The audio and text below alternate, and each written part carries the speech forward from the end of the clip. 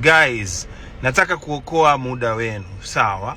Kwa huyo mtu ambaye unataka kuwa naye kwenye mahusiano, na kutajia vitu vitatu ambavyo ukiviona hivyo vitu vitatu, jiheshimu, okoa muda wako, sawa? Haijalishi huyo mtu unampenda kiasi gani.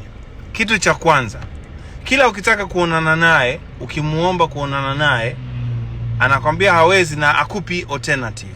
Kwa mfano mwambie labda naomba tuonane weekend hii, akakwambia weekend hii niko busy, afu ikaishia hapo.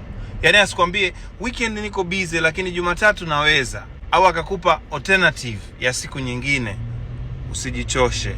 Kitu kingine, ukionana naye akuulizi vitu kuhusu wewe. Yaani wewe ndio unamuuliza wewe vitu. Kwenu wangapi wewe? Sisi nini? Unapenda nini? Vitu vingi unamuuliza wewe kuliko yeye kukuuliza wewe. Yaani haulizi vitu vya kukuhusu wewe, unachopenda, kuhusu maisha yako, familia yako, whatever. Haulizi, wewe ndio unauliza tu maswali, Ukiona hivyo hapo kuna walakini.